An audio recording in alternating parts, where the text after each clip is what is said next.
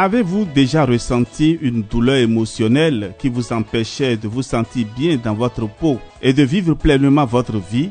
Vous êtes peut-être victime de blessures affectives qui vous empêchent de vous épanouir dans votre vie sentimentale, amicale ou professionnelle. Mais comment se libérer de ces blessures pour se reconnecter à soi-même et aux autres? Guérir de ces blessures affectives pour se réconcilier avec l'amour et revivre l'amour avec le Père Jean-Raphaël Marie Tonnoudji.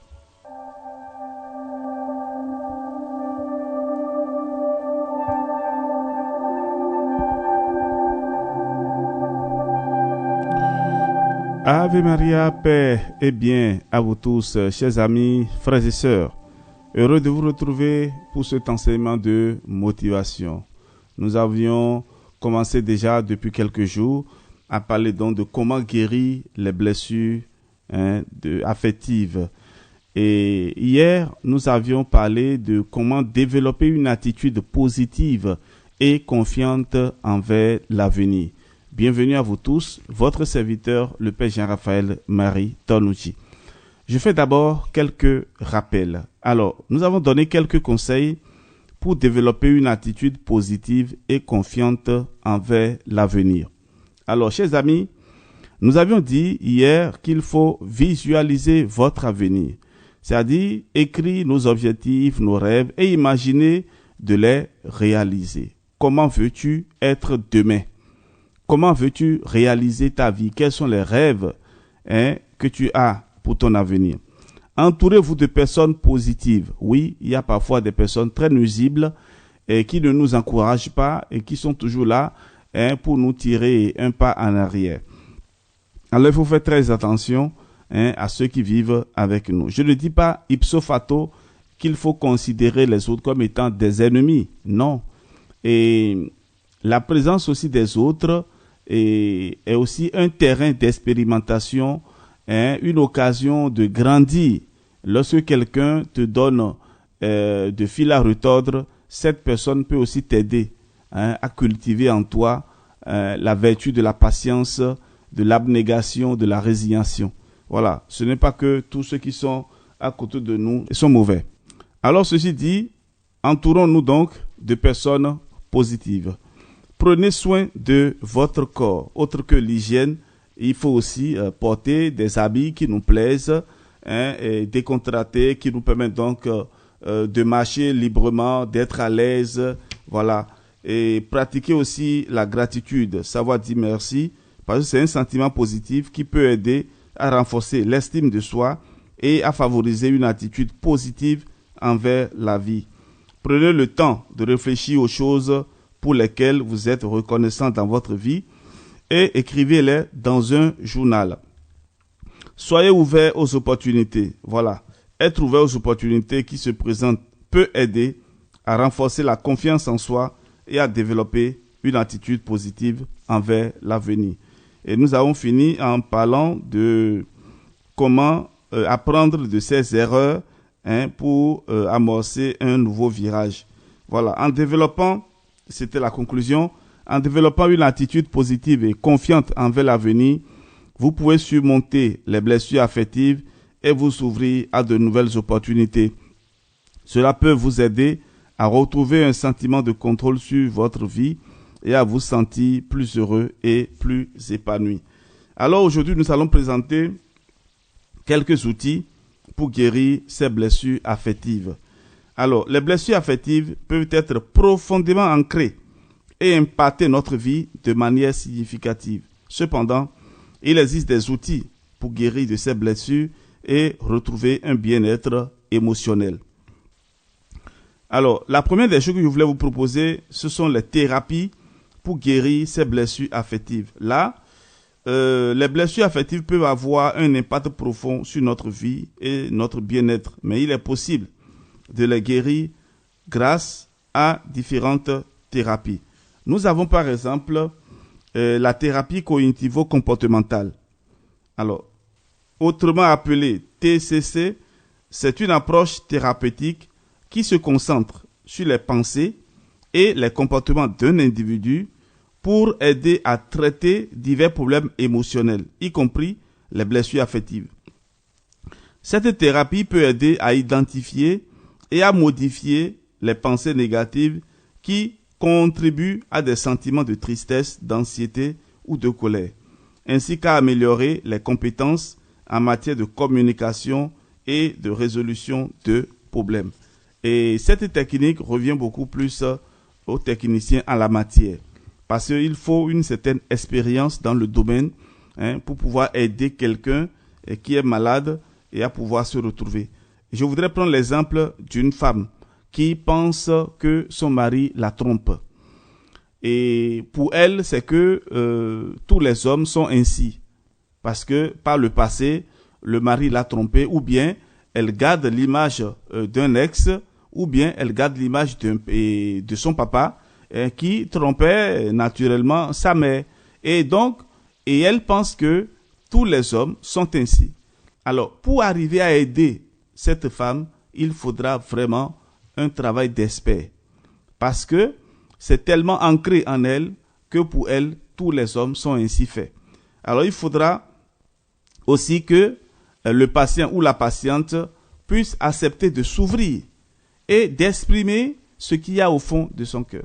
Il y a certains comportements qui sont les conséquences d'une autre blessure. Alors, là, il faudrait que la personne qui veut vraiment la guérison puisse ouvrir son cœur.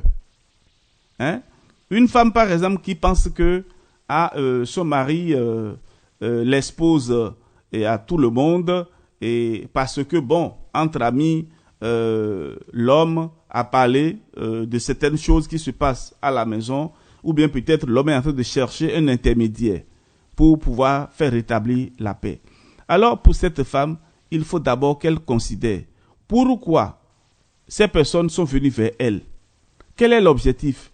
C'est-à-dire que ces personnes sont envoyées vers elle comme étant des médiateurs, comme étant des personnes qui veulent rétablir la paix.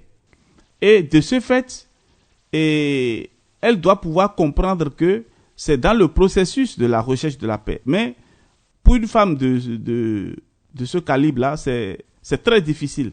Parce qu'elle a dans la mémoire des choses que le mari ne peut pas percevoir, que aussi les médiateurs ne peuvent pas percevoir. Et elle ne va pas ouvrir la bouche pour parler. Il faut seulement garder le silence, garder si possible une certaine distance, ne même plus parler de ses problèmes ou bien de leurs problèmes à quelqu'un et rester en prière. Nous avons tellement de situations pour lesquelles très souvent le silence et la prière sont des solutions efficaces. Alors, nous avons également quelques techniques couramment utilisées en TCC pour traiter les blessures affectives. Je ne vais pas rentrer dans ces détails-là, mais je voudrais quand même dire ceci. Il faut reconnaître les pensées négatives, c'est-à-dire amener la personne qui est malade à reconnaître les pensées négatives. Ceci, je le dis pour ceux qui sont des responsables de communauté, des bergers ou des accompagnateurs. C'est très important pour un accompagnateur de pouvoir aider son filleul ou sa filleule à comprendre certaines parties de leur vie. Alors, la TCC aide les patients à prendre conscience de leurs pensées négatives et à les examiner de manière objective. Les patients apprennent à identifier les pensées qui peuvent contribuer à des émotions négatives, telles que la tristesse, l'anxiété, et à les remplacer par des pensées plus positives et plus équilibrées. Donc, amener la personne à pouvoir penser autrement et surtout positivement. Il faut aussi modifier les comportements négatifs. Oui, il faut aider les patients à identifier les comportements qui contribuent à leur détresse émotionnelle et à les remplacer par des comportements plus positifs. Faire comprendre à la personne qui souffre et qui manifeste un certain comportement qu'au fait, ça ne sert à rien d'avoir ce genre de comportement, puisque à la fin, la personne se fait du mal à elle-même. Donc, il faut l'aider à changer de comportement, à modifier ses comportements négatifs. Changer aussi les croyances négatives. Voilà, on a souvent des préjugés sur les autres.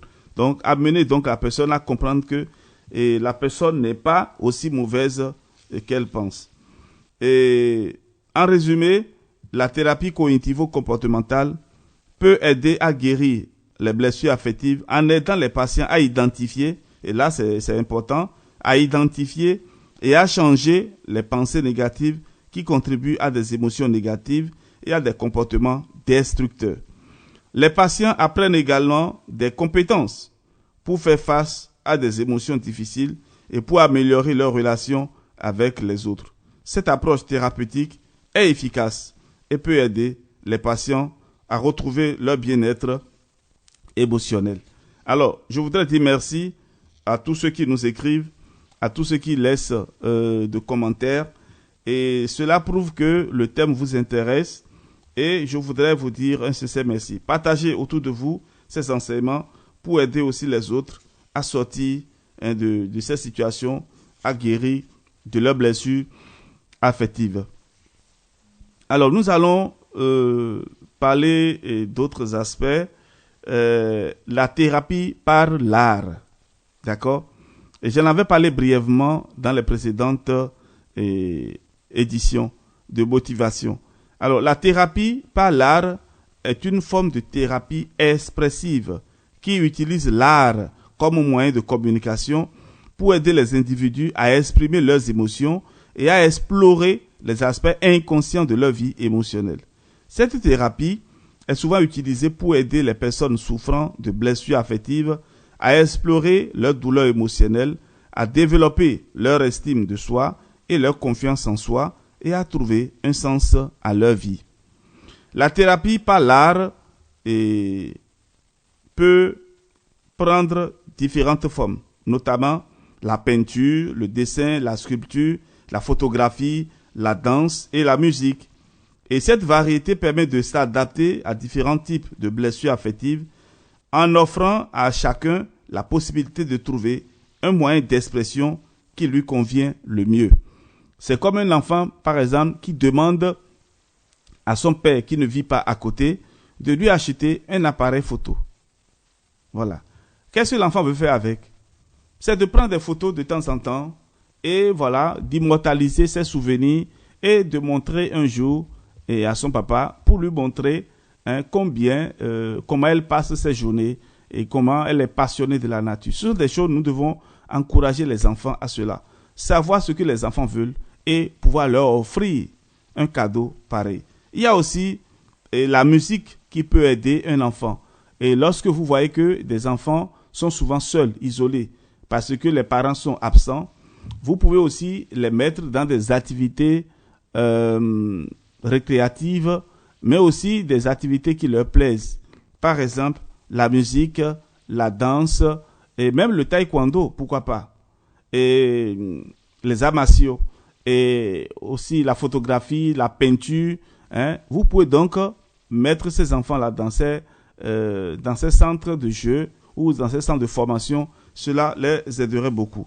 Alors, chers amis, la thérapie par l'art, et la ART, permet aux individus de se connecter avec leur créativité et leur imagination, leur permettant ainsi de trouver des solutions créatives à leurs problèmes émotionnels. Les patients peuvent également utiliser leur travail artistique pour exprimer des émotions difficiles comme la colère, la tristesse ou la peur, sans avoir à les verbaliser directement. Nous nous arrêtons là. Je vais faire le commentaire et dans le prochain enseignement. Que Dieu vous bénisse et vous protège. Au nom du Père et du Fils et du Saint-Esprit. Amen. À demain. Soyez bénis.